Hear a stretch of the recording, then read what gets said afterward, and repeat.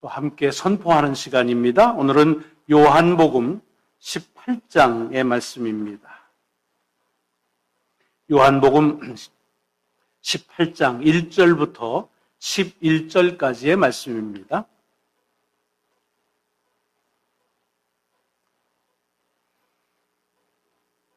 요한복음을 통해서 함께 은혜 나누는 119번째 주일 요한복음 18장 1절로 11절까지의 말씀을 여러분 찾으셨으면 저와 함께 같이 교독을 하시겠습니다. 같이 봉독을 하시겠습니다. 1절입니다. 시작. 예수께서 이 말씀을 하시고 제자들과 함께 기드론 시내 건너편으로 나가시니 그곳에 동산이 있는데 제자들과 함께 들어가시니라. 그곳은 가끔 예수께서 제자들과 모이시는 곳이므로 예수를 파는 유다도 그곳을 알더라. 유다가 군대와 대제사장들과 바리새인들에게서 얻은 아랫사람들을 데리고 등과 횃불과 무기를 가지고 그리로 오는지라. 예수께서 그 당할 일을 다 아시고 나아가 이르시되 너희가 누구를 찾느냐? 대답하되 나사렛 예수라 하거늘 이르시되 내가 그니라 하시니라. 그를 파는 유다도 그들과 함께 섰더라. 예수께서 그들에게 내가 그니라 하실 때에 그들이 물러가서 땅에 엎드려지는지라. 이에 다시 누구를 찾느냐고 물으신데 그들이 말하되 나사렛 예수라 하거늘 예수께서 대답하시되 너희에게 내가 그니라 하였으니 나를 찾거든 이 사람들이 가는 것은 용납하라 하시니 이는 아버지께서 내게 주신 자 중에서 하나도 잃지 아니하였사옵나이다 하신 말씀을 응하게 하려 함이로라. 이에 시몬 베드로가 칼을 가졌는데 그것을 빼어 대제사장의 종을 쳐서 오른편 귀를 베어버리니 그 종의 이름은 말고라. 예수께서 베드로더러 이르시되 칼을 칼집에 꽂으라. 아버지께서 주신 잔을 내가 마시지 아니하겠느냐 하시니라. 아멘, 아멘. 오늘 새해의 첫 주일에 우리에게 주는 이 말씀이 한 해 동안 여러분의 삶에 능력으로 인도하시기를 다시 한번 주님의 이름으로 축원합니다. 오늘부터 18장의 말씀을 새롭게 시작합니다. 여러 차례 말씀드렸지만 이거를 새해에는 18장부터 해야겠다 계획을 하지 않았는데도 이렇게 쭉 말씀을 통해서 이어가다 보니까 새로운 장을 새해 들어서서 이렇게 새롭게 같이 나누는 것은 또한 그 나름대로의 특별한 의미가 있고 우리의 생각보다 앞서시는 하나님의 선제적인 은총이구나 하는 그런 깨달음을 본문이 주어질 때마다 늘 먼저 감사하고 있습니다. 오늘 본문은 여기 요한복음만이 아니라 마태, 마가, 누가 네 복음서에 다 같이 실려져 있는 내용입니다. 요즘에는 성경도 친절해서 성경을 이렇게 보시다 보면 그 연관되어져 있는 다른 복음서에 있는 말씀들이 이렇게 이제 작은 글씨로 요거는 여기에도 있다 이렇게 설명한 것이 있습니다. 그거를 그냥 병행구라 그럽니다. 같이 쓰여져 있는 말씀이라는 뜻이지요. 그래서 오늘 본문도 이 네 복음서에 동일하게 쓰여져 있는 말씀입니다. 그 말은 무슨 소리냐? 예수님의 일생과 사역 중에서 이 부분이 차지하는 것이 매우 중요한 의미가 있다라고 그렇게 해석을 해도 큰 과언은 아니라고 생각합니다. 아시는 대로 주님께서 제자들과 같이 이제 겟세마네 감람산에 가셔서 거기서 가룟 유다의 안내를 받아온 대제사장과 바리새인들의 군대에 의해서 포박을 당하고 그래서 이제는 대제사장 집에 가서 거기서 재판을 받고 빌라도 앞에서 사형 언도를 받고 그리고 십자가에 달려 죽으시는 소위 예수 그리스도의 고난이 시작되어지는 그런 장이 이 18장의 말씀입니다. 자, 그런데요. 여러분이 시간 되시면 한번 가셔서 이 요한복음 18장 1절로 11절까지의 병행구인 마태, 마가, 누가복음을 한번 비교해서 한번 보시면 꽤 좀 다르게 쓰여져 있는 것을 보실 수가 있습니다. 물론 같은 병행구라고 해서 내용이 다 똑같아야만 진리다 그런 건 아닙니다. 왜 그렇게 다르냐 하면 이 복음서를 쓰는 사람들의 관점, 또 누구에게 이 복음을 전할까 하는 그 복음의 대상자에 따라서 같은 사건이라 할지라도 그들이 보고 전하는 관점은 다르기가 쉽습니다. 우리가 잘 아는 대로 마태, 마가, 누가는 같은 관점을 가지고서 복음서를 썼다 해서 공관복음서라고 하지요. 전에 어떤 분이 농담으로 그러셨겠지요. 저한테 말씀드리기를, 목사님, 공관복음서라는데 제 책에는 없어요. 마태, 마가, 누가, 요한복음만 있어요. 그러시더라고요. 그는 복음서의 이름이 아닌 같은 관점을 가졌다는 겁니다. 그러나 마태, 마가, 누가를 잘 보시면 알지만 같은 관점이라 할지라도 내용에 있어서 조금씩 다른 것을 볼 수가 있습니다. 그런데 오늘 이 요한복음 18장에 기록된 이 주님께서 붙잡히시는 이 장면에 대한 이야기의 기록은 다른 세 복음서와 요한이 사뭇 좀 다르게 되어 있다라고 하는 것을 오늘 본문을 읽으면서 금방 눈에 띄게 제게 다가와서 오늘은 그 말씀을 같이 좀 나누려고 하는 것입니다. 어떻게 다르냐 하면 말씀드린 대로 이 마태, 마가, 누가 세 복음서에는 주님께서 붙잡히신, 제자들하고 같이 가셔서 붙잡히신 곳 그 지명을 아주 구체적으로 열거하고 있습니다. 마태복음 26장에 보면 예수께서 제자들과 함께 겟세마네라 하는 곳에 이르러 이렇게 되어 있습니다. 겟세마네라고 되어 있죠. 마가복음 14장에는 그걸 조금 더 풀어서 얘기합니다. 그들이 감람산으로 가서 겟세마네라 하는 곳에 이름에 이렇게 되어 있습니다. 그러니까 감람산 산 기슭에 겟세마네라고 하는 조그만 언덕, 동산이 있다. 그런 뜻을 우리가 쉽게 연상할 수 있을 것입니다. 누가복음을 봐도 22장에 보면 예수께서 나가사 습관을 따라 감람산에 가심에 이렇게 되어 있습니다. 여기에 이제 조금 다르지만 셋은 다 어디로 갔다는 거예요? 감람산. 감람이라는 말은 올리브의 한자 표기입니다. 올리브산으로 갔다는 얘기입니다. 겟세마네는 뭐냐? 그것의 원래 뜻은 겟세마네는 올리브를 기름 짜는 틀이 있는 곳이라는 곳입니다. 그러니까 올리브 있는 곳이나 마찬가지죠. 그러니까 감람산이나 겟세마네는 같은 지역을 얘기하고 있는 것을 볼 수가 있습니다. 그런데 유독 이 요한만 겟세마네로 갔다든가 그곳이 감람산이라고 하는 말이 없고 그냥 동산이라고만 되어 있습니다. 오늘 18장 1절을 보면 요한이 이렇게 기록하고 있는데요. 예수께서 제자들과 함께 기드론 시내 건너편으로 나가시니 그곳에 동산이 있는데 제자들과 함께 들어가시니라 이렇게 되어 있습니다. 동산의 이름은 밝혀져 있지 않고 대신에 그 동산이 위치를 얘기해요. 그것이 기드론 시내를 건너가면 있는 곳이다 이렇게 되어 있습니다. 기드론이라고 하는 건 골짜기인데 시내가 골짜기입니다. 그게 예루살렘 성의 동쪽으로 있는 이렇게 야드막한 그런 골짜기고 그 골짜기를 지나 올라가면 그 산이 마운틴 올리브 감람산입니다. 그러니까 감람산으로 가려면 기드론 골짜기를 건너가는 것이 당연합니다. 그러니까 문맥상의 내용으로 보면 기드론을 건너가 있는 동산이나 그냥 직접적으로 감람산이라고 말했거나 겟세마네라고 했다고 해서 크게 틀리진 않습니다. 같은 지역을 얘기하는 거예요. 그런데 여러분이 아실지 모르겠지만 요한복음은 다른 복음서들에 비해서 좀 늦게 기록이 되어져 있습니다. 그 말은 다른 이미 벌써 기록되어 있는 말씀들을 많이 봤겠지요. 복음서가 세 사람이 쓴 것만 있는 건 아니지만 그 세 가운데 쓴 복음서에 이미 그것이 겟세마네다, 감람산이다 라고 얘기했으면 그냥 겟세마네 또는 감람산이라고 그렇게 기록하면 되지요.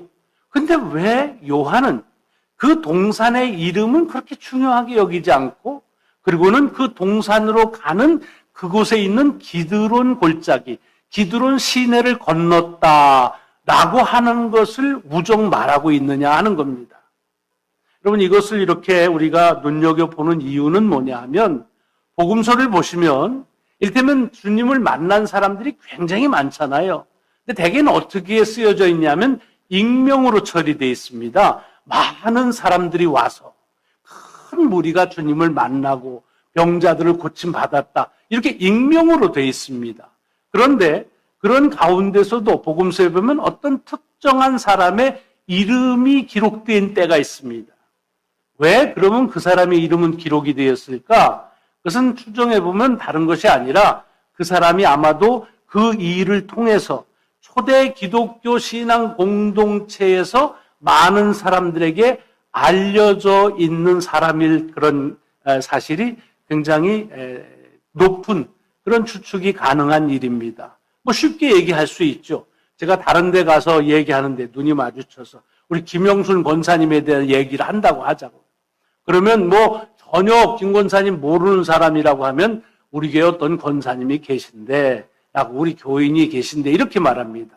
근데 거기에 김 권사님이 잘 아는 고등학교 동창이 있다든가 뭐 대학 동창이 있다면 아유 우리 그 김영순 권사님이 계신데 이렇게 말하는 건 너무 자명한 것입니다. 그러니까 어떤 인명의 이름이 났다는 것은 그게 뜻이 있는 겁니다. 이게 인명만 그렇지 않습니다. 병자를 고칠 때도 마찬가지예요. 그냥 병을 고치는데 굳이 뭐 병명을 다 알 필요가 뭐 있겠어요. 요건 내과 질환인데 고쳤다든가 요건 신경성 질환인데 뭐 그럴 필요 없습니다. 그러니까 그냥 많은 병을 고쳤다 이렇게 됩니다. 그런데 유독 복음서를 읽어내려다가 보면 어떤 병에 대해서는 구체적으로 혈류증을 알았다든가 또 어떤 경우에는 그 알아온 연한까지 뭐 12년을 알았다, 38년을 알았다 이렇게 열거되는 그런 기록들도 볼 수가 있습니다. 그럼 왜 그러느냐? 그 질병을 걸린 사람이나 그 질병과 주님께서 말씀하시기를 원하시는, 더 직접적으로 말하면 복음서를 쓴 이가 주님의 복음을 전하는 데에 직접적인 관계가 있다 생각되어질 때에는 그 병명을 구체적으로 언급하는 경우도 많이 있습니다. 이거는 뭐 지역명도 그렇고 물품명도 그렇고 다 그렇습니다.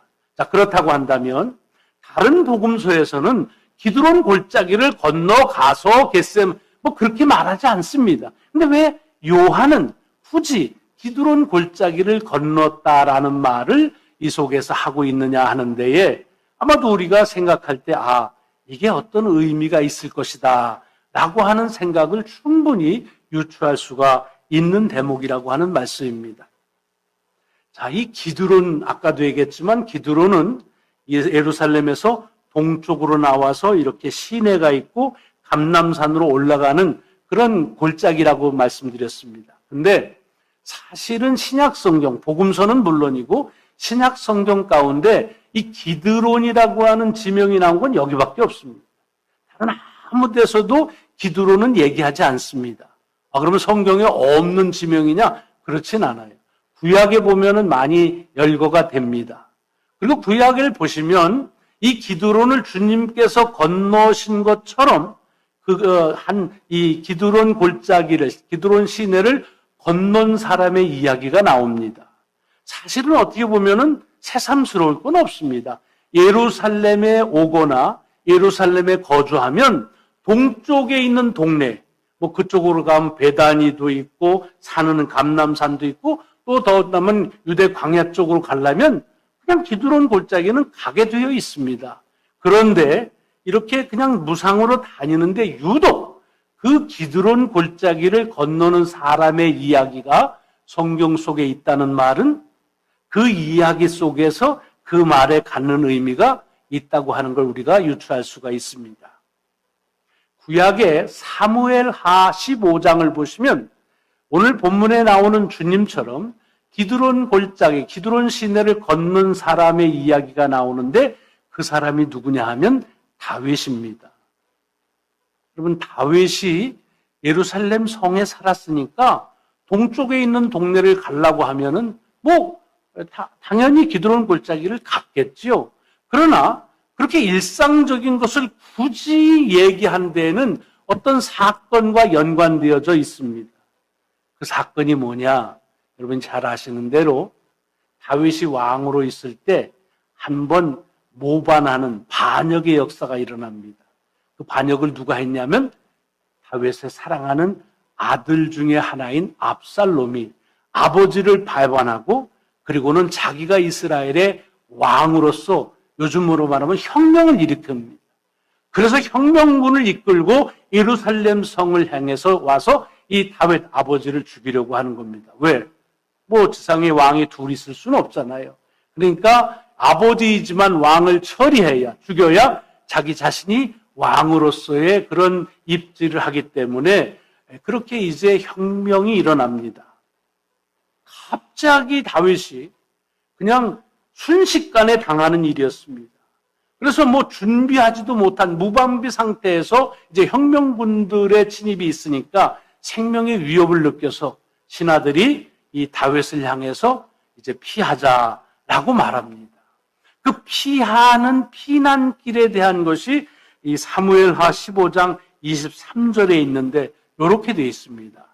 온 땅 사람이 큰 소리로 울며, 왕이 지금 실각하는 거예요. 그래 울며, 그 다음에 모든 백성이 앞서 건너가매 왕도 기드론 시내를 건너가니 건너간 모든 백성이 광야길로 향하더라. 이렇게 되어 있습니다. 다시 말하면 이제 왕으로서의 위급을 느끼고 그리고는 왕이 있는 궁궐을 버리고서 기드론 골짜기를 지나서 광야로 피신을 떠나는 다윗의 모습을 열거하는 겁니다. 그 다윗이 피하는 그 골짜기, 여기에 있는 것이 그 기드론 골짜기라는 곳입니다. 그럼 기드론이라는 말 자체가 어둠침침하다, 더럽다, 이런 뜻을 가지고 있는 겁니다. 그래서 이스라엘 역사에 보면 이 기드론 골짜기는 그 골짜기로 조금 더 내려가면 흰놈 골짜기라고 있는데 거기는 사람이 죽은 사람들, 특별히 죄인들이 죽은 이들을 갖다가 버리는 곳, 또는 우상 숭배하던 것들을 다 불태워가지고 갖다 버리는 곳, 그런 곳이 바로 이 기드론 시인의 골짜기라는 의미가 있습니다. 그러니까 이스라엘 백성들에게 기드론 하면은 그것은 죽음을 뜻하는 것입니다. 여러분 성지순례 가시면 지금도 감람산에서 예루살렘 쪽을 이렇게 바라보면 쭉 아래로 기드론 골짜기가 펼쳐지는데 거기가 다 공동묘지입니다.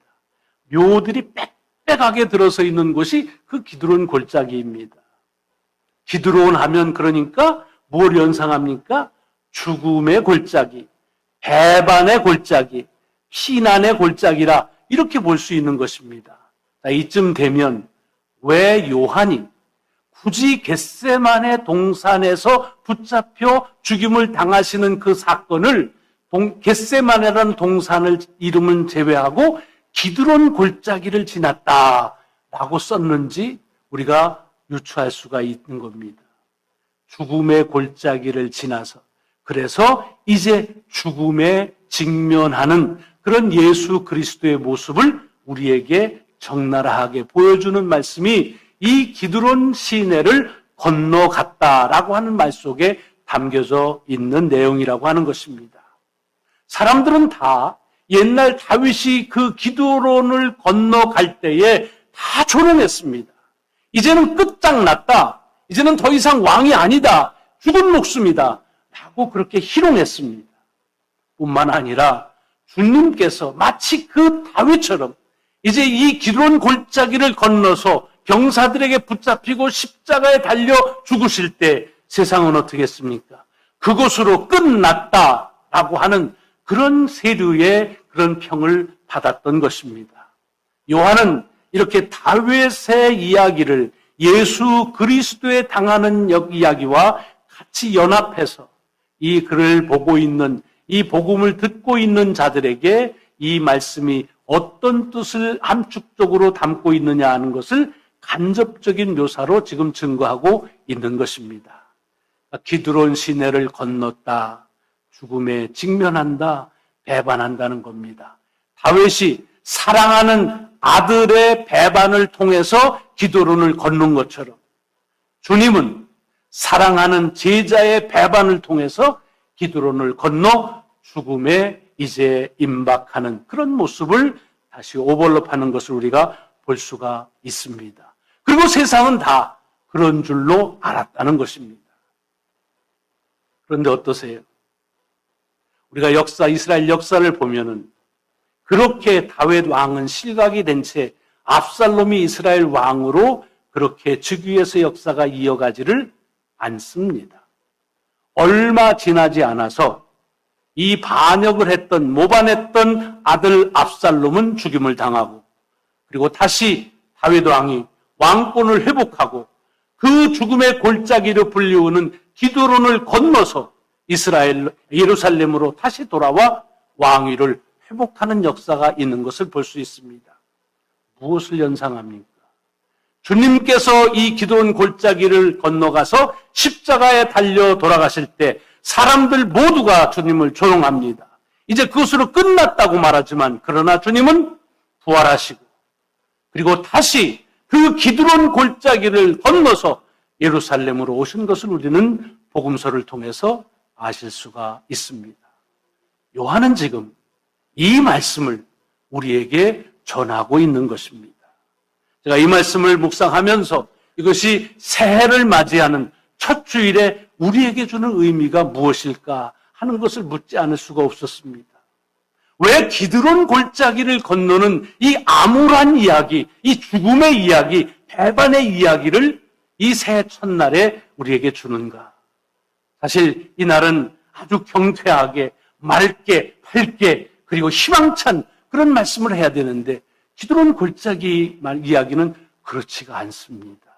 그런데 사실은 이 요한이 전하려고 하는 것은 그렇게 해서 예수 그리스도는 죽고야 말았다라고 하는 것이 복음의 끝이 아니라 그렇게 했지만 세상의 추측과는 달리 주님은 부활하시고 그리고 영원한 삶을 우리에게 약속하셨다라는 사실을 증거하기 위해서 요한은 이것을 우정 기록하고 있는 것입니다. 어찌 보면 우리는 2022년을 지나서 2023년으로 건너왔다 이렇게 말씀을 드릴 수가 있습니다.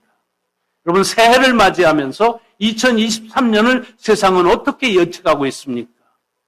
제게 들려지는 세상의 예측은 암울합니다. 40년 만에 이런 경제적인 그런 어려움이 겪은 적은 없다는 것이 경제 분석가들의 말입니다. 언제 이자가 떨어질지, 언제 물가가 정상화될지, 언제 사업들이 다시 될지 아마도 올해는 어려울 것이다. 많은 경제학 또는 많은 사업을 하시는 분들이 예상하는 그런 올해에 대한 그런 추론입니다. 마치 그런 의미에서 보자고 한다면 우리는 2023년을 건너온 것이 기드론 골짜기를 건너는 다윗의 모습처럼 기드론 골짜기를 건넜던 예수 그리스도의 모습처럼 세상의 추측은 암울하고 세상의 추측은 죽음이고 세상의 추측은 두려움으로 갖는 것입니다. 그런데 오늘 이 말씀을 이 복음서에서 우리에게 접하게 하시는 이유는 뭡니까? 세상의 추측은 예수 그리스도를 통한 언약의 말씀 앞에서 반전되었다는 얘기입니다.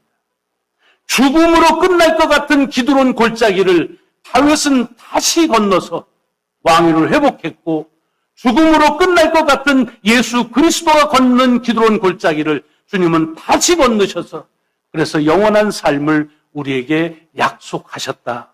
이것이 오늘 이 새해를 맞이하는 우리들을 향한 오늘 본문의 말씀의 주 내용이라고 제게는 들렸고 또 여러분들에게도 들려지기를 소망하는 것입니다. 그래서 새해를 맞이해서 그냥 무작정인 바람 또는 우리 스스로의 어떤 소망, 잘 됐으면 좋겠다 또는 이렇게 하는 것이 내가 바라는 것이다라는 나의 소망이나 나의 바람이 아니라 하나님께서는 요한을 통해서 하나님의 말씀은 말씀대로 이루어진다고 하는 사실을 오늘 이 기드론 골짜기를 건너는 예수 그리스도의 모습을 통해서 그가 그렇게 세상의 추측과 다르게 죽음에서 끝나는 것이 아니라 다시 부활하셨던 것처럼 우리의 걱정으로 끝날 것 같은 이 한 해도 이제는 걱정이 변하여 은혜가 될 것이고 이제는 우리 속에서 서로 저주로 끝날 것 같은 이 한 해도 서로를 향한 축복으로 반전될 것이라고 하는 사실을 주님은 우리에게 말씀해 주시는 것입니다. 그래서 올해는 죽음의 해가 아닌 부활의 해요. 그래서 올해는 반역의 해가 아닌 충성의 해이고, 그래서 올해는 불평의 해가 아니라 감사의 해라고 하는 사실을 오늘 본문을 통해서 다시 한번 확증하면서 이 한 해를 시작합니다. 기드론 시내를 건너는 일, 세상은 추측합니다. 곧 끝날 것이라고, 망할 것이라고. 그러나 주님은 다시 그 기드론을 건너셔서 다시 한번 우리에게 소망과 부활과 생명과 은혜와 축복에 이어지는 귀한 삶을 우리에게 약속하셨음을 우리 이 본문을 통해서 여러분과 제가 이 아침에 듣고, 또한 이것을 오늘 하루를 살아가는 귀한 기준으로 삼으시기를 주의 이름으로 축원합니다. 기도하시겠습니다. 하나님 감사합니다. 오늘 저희들이 새해 첫날 첫 주일에 기드론 골짜기를 건너는 주님의 말씀을 읽습니다. 이제 2023년을 건너는데 세상의 추측은 암울합니다. 세상의 추측은 두렵습니다. 세상의 추측은 절망적입니다. 그러나 모든 세상의 추측이 예수 그리스도를 통한 하나님의 약속 앞에 무능하게 아무것도 아닌 반전되었음을 복음을 통해서 다시 듣게 하시오니 감사를 드립니다. 죽음이 변하여 부활이 되고, 미움이 변하여 사랑이 되고, 저주가 변하여 축복이 되고, 질투가 변하여 은총이 될 것을 주님께서 이 아침 우리에게 주셨사오니 이 한 해가 그런 주의 날이 되게 하여 주옵소서. 감사드리오며 우리 구주 예수 그리스도의 이름으로 기도드리옵나이다. 아멘, 아멘.